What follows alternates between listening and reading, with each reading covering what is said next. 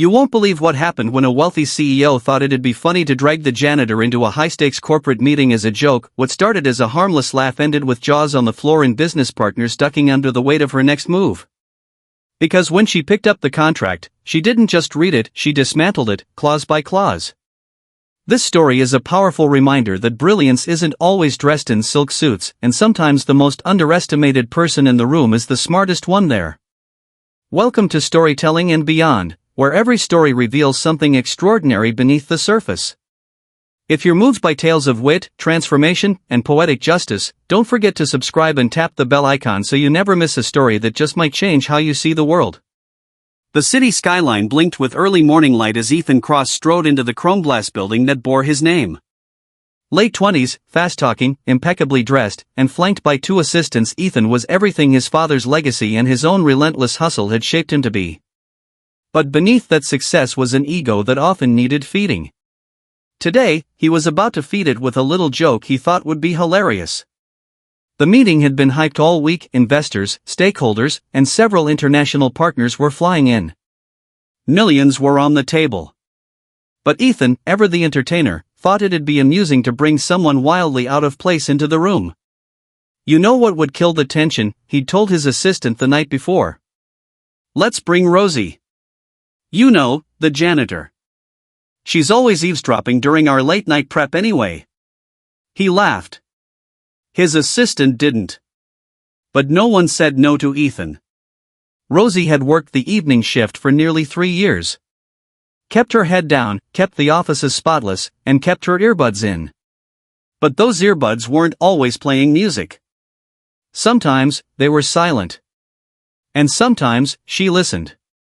Not out of nosiness, but out of habit, because her mind never stopped solving puzzles, even if her hands were mopping floors. At exactly 9:15 a.m., the boardroom was filled with the usual suspects: blazers, brogues, laptops open, coffee steaming, and scripts rehearsed. Ethan walked in, owning the room with his trademark grin. He tapped the edge of the glass table and cleared his throat. Morning, folks, he began, pacing dramatically. Now I know this meeting's heavy, but I thought we'd break the ice in a fun way. The room quieted, curious. I'd like to introduce someone who's been here longer than most of us, keeping the place spotless and, apparently, staying more informed than you'd expect. He waved a hand toward the door. Ladies and gentlemen. Rosie, our janitor. Heads turned. The door opened, and in stepped Rosie, in her dark blue uniform, holding a mop and bucket. A few people chuckled. One or two raised their brows. Ethan motioned to a seat. Come on in, Rosie. We're talking contracts today. Maybe you've got something to add. Rosie didn't flinch. She walked in calmly, parked her bucket in the corner, and wiped her hands on a cloth she kept in her pocket. Then, to Ethan's surprise, she walked to the seat at the far end of the table and sat. There was a pause. One that hung too long. Ethan chuckled awkwardly, waiting for her to back off, to laugh and leave. But she didn't. Instead, she looked across the glossy table at the stack of printed contracts being passed around. She waited until one reached her. Then she opened it. Some in the room shifted. Others stared. Ethan leaned forward. Rosie, it's just a bit of fun. This section, she interrupted, her voice even, Clause 9, specifically violates Section 3 of the International Fair Competition Act. If you're planning to present this to any of the European partners, it'll be thrown out before you finish your pitch. Dead silence. A man at the far end, a seasoned partner from Munich, glanced at his copy. Then back at Rosie. Then at Ethan. Is this true? The German partner asked quietly. Rosie continued, ignoring Ethan's stunned expression. And the projected revenue growth in this model? It's inflated. You've double-counted passive streams in the Q3 pipeline. The margin projections here, she tapped the column, are misleading. Looks good in a headline, but won't hold under due diligence. Ethan's face was stone. Where did you learn this? Someone asked. Rosie finally looked up. Wharton School of Business. Class of 2012. Top 5%. You're serious, said another exec, eyes wide. I was an analyst before I started mopping floors, Rosie said. Until my brother got sick. I took care of him until he passed. I took whatever job would keep us afloat. No one moved. Rosie gently closed the folder, pushed it back toward Ethan, and stood. I'll leave you to your meeting. But before she reached the door, one of the oldest board members finally spoke, leaning forward with new interest. Wait. Miss Rosie. Would you stay? She turned, eyebrows raised. Because if you're right, and I believe you are, then we need someone like you at this table. Not as a joke. But as a voice. Ethan said nothing. His little prank had detonated in slow motion. Everyone in the room had seen it. Felt it. And no one was laughing now. Rosie gave a small nod and quietly stepped back inside. She didn't raise her voice. She didn't demand attention. But by the time she sat back down, the entire power dynamic in that room had shifted, and the woman they all dismissed seconds ago had just become the most valuable person in it. And the mop? Still standing in the corner. Watching. The following week, the boardroom felt different. The same glossy table, the same neatly dressed executives, the same power suits and polished shoes. But the energy had shifted, there was a tension now, a buzz in the air that hadn't been there before. And at the head of the table, sitting with an ease that only came with knowing you had the upper hand, was Rosie. She was no longer just the janitor. No longer an afterthought, dragged in as a joke. Rosie was now a presence. Her presence. Ethan sat at his usual spot, still trying to reconcile what had happened. He'd called her bluff, invited her into the lion's den as a joke, and in the process, she'd shown them all exactly how little they knew. Sure, she had the education, the experience, and the sharpness to match any of them. But that wasn't the point. What really made the difference was that she saw things they didn't. She was perceptive, unafraid, and willing to speak up when everyone else was too cautious or complacent. That first meeting had left its mark, and everyone who had once chuckled at the idea of Rosie the janitor was now thinking the same thing. Maybe we've been wrong about her. But today wasn't about humility or reflection. Today was about results. The room had already been handed a new set of documents. The financial model. The revised projections.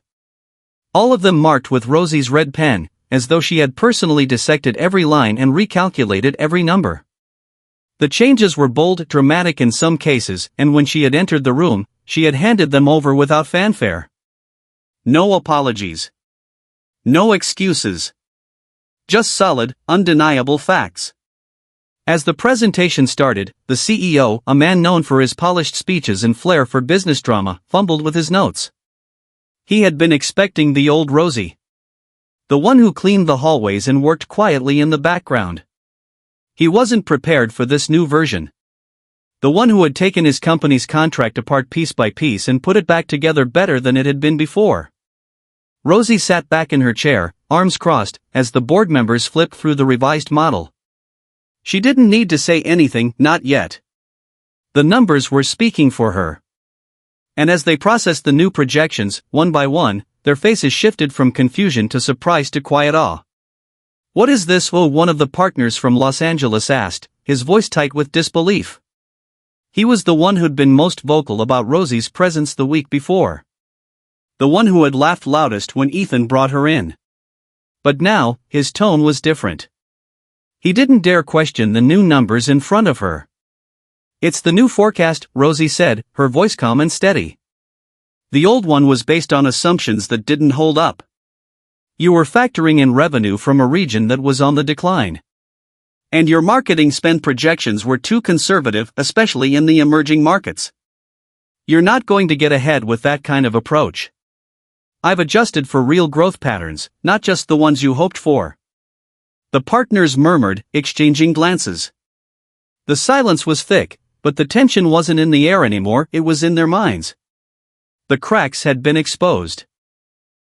The truth had been laid bare, and there was no way to deny it. Ethan was still processing the shift. He'd brought Rosie in as a joke, an entertaining little sideshow. But now, he was watching as the people around the table turned to her for answers, for direction. The contract had been rewritten, the financial strategy revamped, and all of it had been done without breaking a sweat. In fact, it was Rosie's nonchalance that made it all the more intimidating. She wasn't trying to impress anyone. She was just doing her job and doing it better than anyone in that room.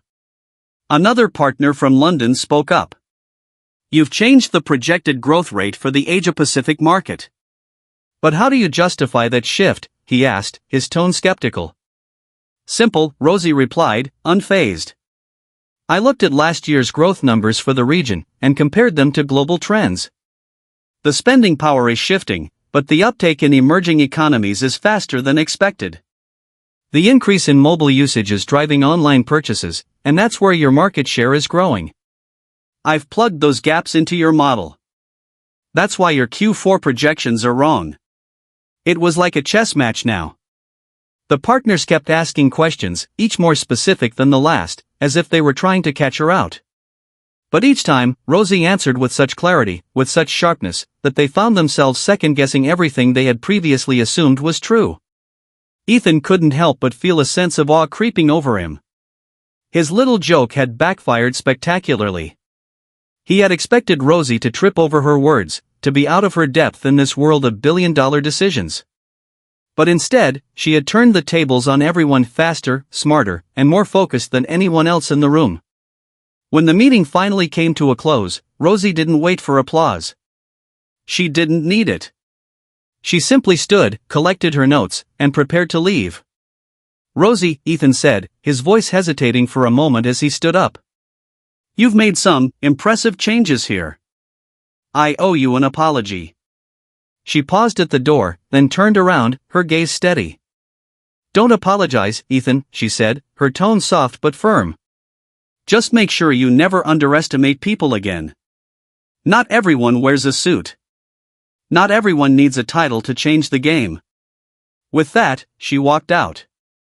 And as she did, the room stayed silent for a long time. They had all learned something today about intelligence, about humility, and about how the right person in the right place can turn an entire situation upside down. And for Ethan Cross, that lesson would stick with him for a very long time. The buzz in the office had only grown since Rosie's unforgettable entrance at the meeting.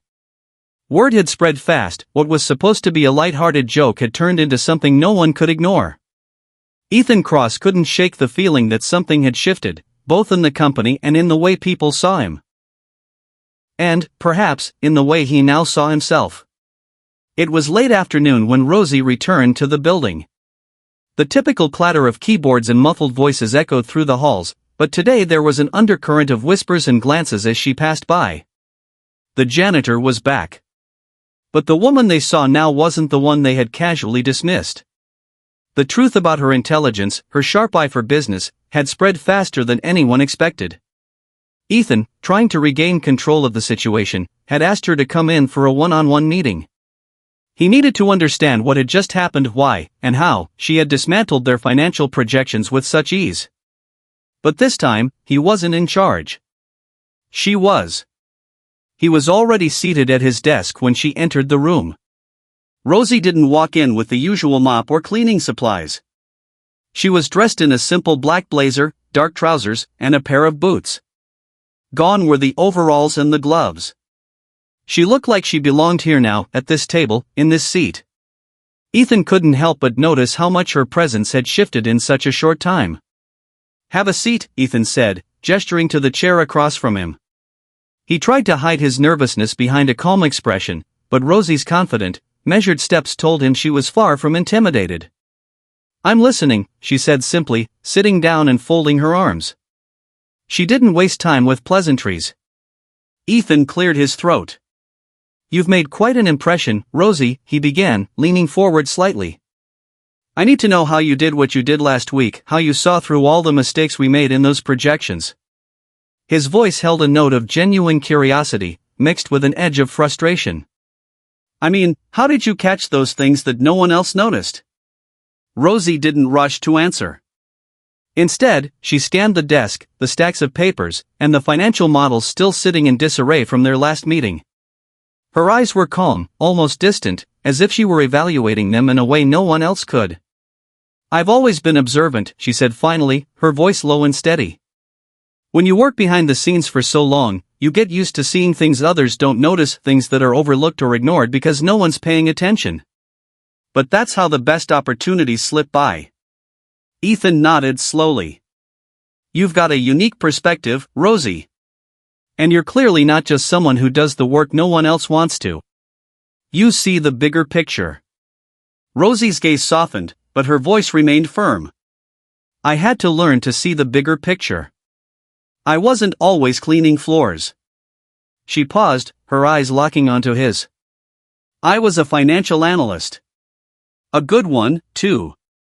But when my brother got sick, I had to leave my career to take care of him. He passed away last year. I came here because it was the only job I could find that paid enough to keep us afloat." Ethan sat back, taken aback. He hadn't expected her story to be like this. He had assumed she'd been working low-paying jobs for years, someone trying to make ends meet with no real background in the world of business. But now, he realized, he had underestimated her. Big time. "I didn't know," he said quietly, almost to himself. Rosie didn't react. Instead, she simply offered a small shrug. "Most people don't. It's not something I advertise." Her eyes moved back to the piles of documents on the table. "What matters is that I can see what you all missed. I've been out of the game for a while, but I'm still sharp. And this?" She gestured to the financial projections. "This was a mess. The real question is why no one here saw it." Ethan wasn't sure how to respond. He felt a mixture of awe and guilt. Rosie had caught what his entire team had missed and done it with nothing more than a glance. But now that she was here, he realized she wasn't just a janitor who could fix their errors, she was someone who could change the entire direction of the company if given the chance. "I've been thinking about your suggestions," Ethan said after a long silence. "And, frankly, they make a lot of sense. What you proposed in terms of restructuring our marketing strategy and adjusting the international projections. It's brilliant. You've changed the way I'm looking at this entire deal." Rosie's expression didn't change. "I'm not here for flattery, Ethan. I'm here to help make things work. And if you're serious about turning this company around, you're going to need more than just new projections. You'll need people who can think outside the box. People who aren't afraid to question everything." Ethan leaned back in his chair, letting her words settle. There was no denying it now. She was right. She was more than just a cleanup crew. She had the mind to build, to analyze, and to challenge the status quo. And yet, there she had been, mopping floors and going unnoticed by everyone in the company. Until now. "Okay," he said, his voice steady now. "Let's make a deal. I don't want you to just be a one-off consultant. You're valuable to this company, Rosie. I need you on the team, full-time. Not as a janitor. But as a partner." Rosie raised an eyebrow but didn't say anything. She simply waited, letting him continue. "Not just on the financial side," he went on, the words coming more easily now. "You've got the skills, the vision. I think you can help steer this company in a direction we never even thought about. If you're willing." Rosie didn't smile, but the edge in her eyes softened just slightly. "I'll need full autonomy. I won't work under anyone. And if I'm coming back, I'm doing it my way. No more playing small." Ethan didn't hesitate. "Done." Rosie nodded and stood, the silence in the room thick as the weight of her words sunk in. "Good," she said simply. "I'll be here tomorrow at 9. We start fresh." As she walked out of the room, Ethan stared at the door for a long time, contemplating what had just happened. He had just invited the most unconventional, but undoubtedly the most capable person into his world of high-stakes business. And deep down, he knew he'd made the right choice. In the weeks to come, Ethan would learn something that would forever alter the way he saw business and people like Rosie. Sometimes, brilliance comes from the most unexpected places.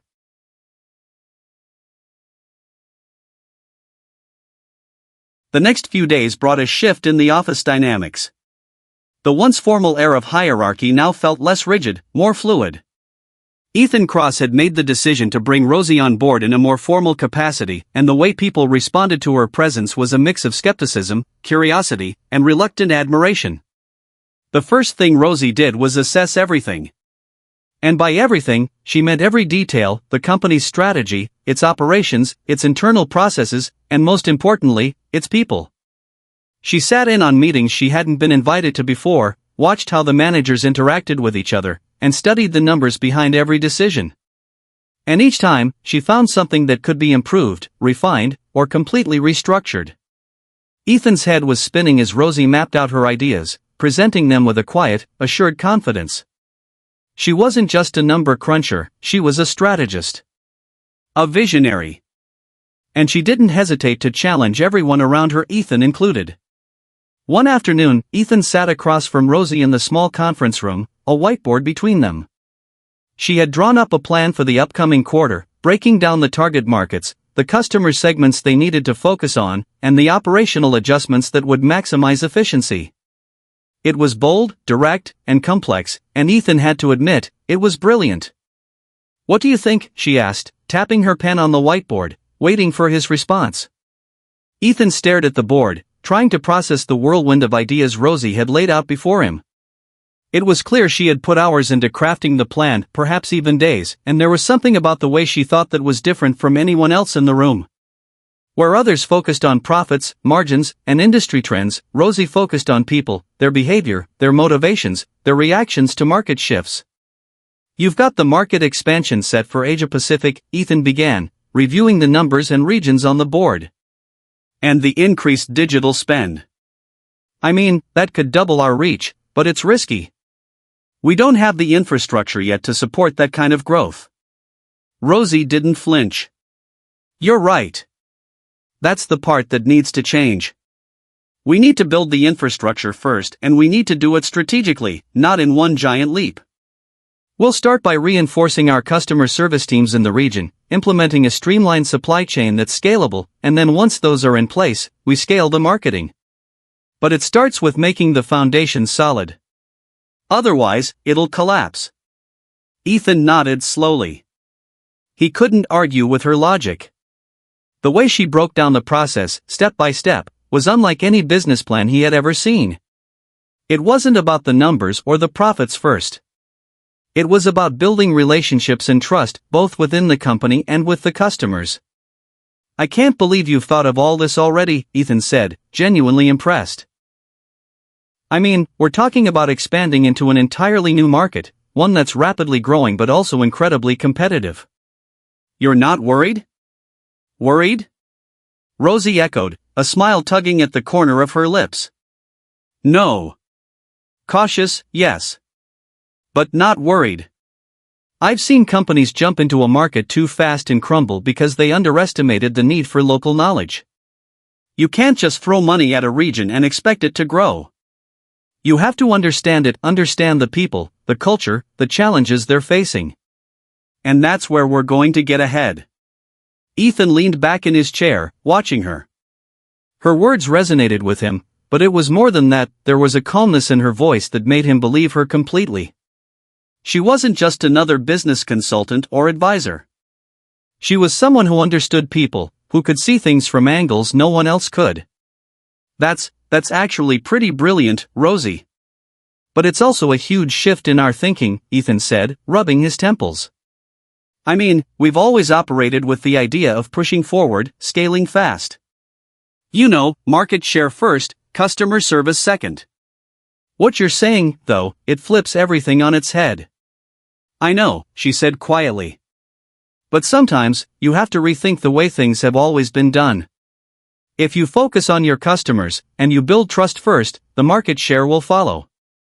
It's not a matter of push, push, push. It's about letting people know you're there for them. That's what gets results." Ethan sat in silence for a moment, mulling over her words. In a world where speed and aggression often define success, Rosie's approach felt almost revolutionary. And yet, it made perfect sense. "I think you're right," Ethan said finally, breaking the silence. We've been so focused on growing quickly that we've neglected the foundation. It's time we started doing this the right way. Your way. Rosie's expression softened, just a fraction. I'm not here to tell you how to run your company. I'm here to help you make the tough decisions that will make it last. The rest of it, the business jargon, the charts, the graphs, that's all secondary. The real success is in understanding people. It always has been. As the conversation drew to a close, Ethan found himself reconsidering everything he had known about business. His company had been built on fast growth, big risks, and even bigger returns, but Rosie was showing him that real success wasn't just about the immediate payoff. It was about making lasting connections, building trust, and creating a foundation that could withstand anything. That night, as he lay in bed, Ethan realized just how much his world had shifted in such a short time. He had gone from being the one who made all the decisions, to the one who was learning from someone he had once underestimated. And now, more than ever, he understood that if they were going to succeed, they would have to embrace the change Rosie had brought. Tomorrow, they would begin again. But this time, with a new vision. And a new leader. The conference room buzzed with tension as executives and shareholders filled the long glass table.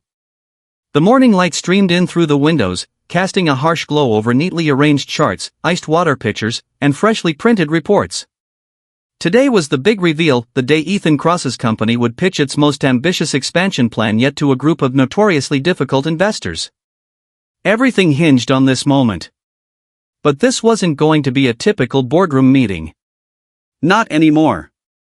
At the head of the table sat Rosie. Calm, composed, and utterly unlike anyone they had expected. She wasn't clad in designer suits or weighed down by corporate polish.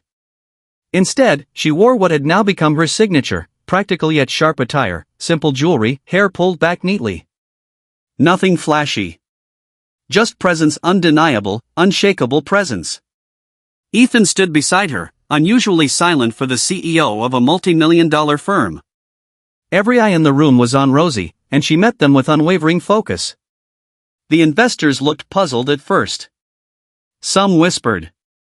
Others shifted in their seats. One even glanced at Ethan with a quizzical eyebrow raised, as if silently asking, "Is this the joke?"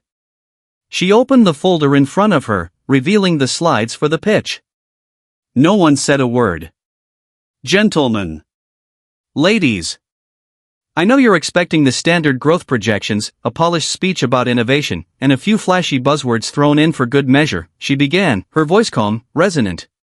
But that's not what you're getting today. What you're going to see is a plan that respects the intelligence of your wallets and the humanity of the customers you're trying to reach. The room stilled. She clicked the remote, and the first slide projected onto the screen.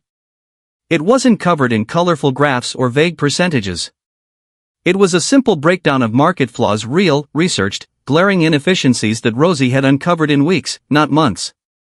As you can see, she continued, your current structure has left gaping holes in customer satisfaction in 3 of your 5 regions. You're spending more acquiring customers than retaining them. And the Asia-Pacific projections you've been approving?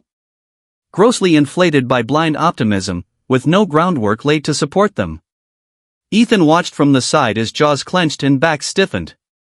Rosie wasn't just critiquing their old ways, she was dismantling them, piece by piece. Yet she did it not with arrogance, but with absolute clarity. Now, if you're willing to consider an approach rooted in long-term sustainability, Rosie said, clicking to the next slide, you'll see the adjusted model we've implemented, focusing on retention through community-based outreach, predictive service allocation, and a ground-up rebuild of client support infrastructure. This isn't theory, it's a roadmap. Someone from the far end of the table spoke up. Who are you exactly? Rosie turned slowly, her gaze meeting his. I'm someone who cleaned your floors for a year and found more cracks in your empire in one afternoon than your advisors did in 5 quarters.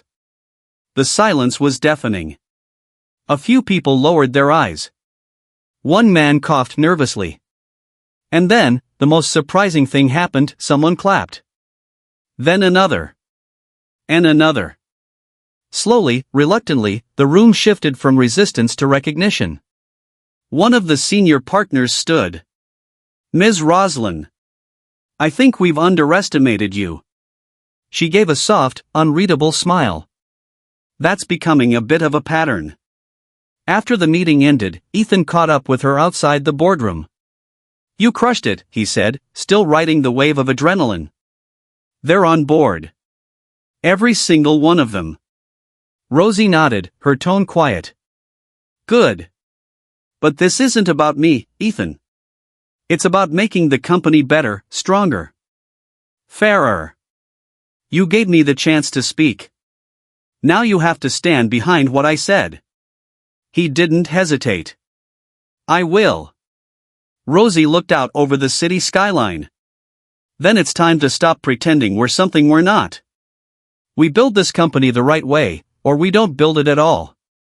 As they walked down the hallway side by side, not as boss and employee, but as equals, Ethan couldn't help but feel a strange sense of fate at play. Who would have thought that the woman he once brought to a meeting as a joke would become the company's most valuable mind? And Rosie? She didn't care about the suits or the titles. She was here to change the game, not play it. Thank you for watching this story on Storytelling and Beyond. If this twist caught you off guard and made you feel something, go ahead and subscribe, hit that like button, and share this with someone who believes in second chances. We've got more powerful stories coming your way, real emotion, unexpected turns, and unforgettable moments.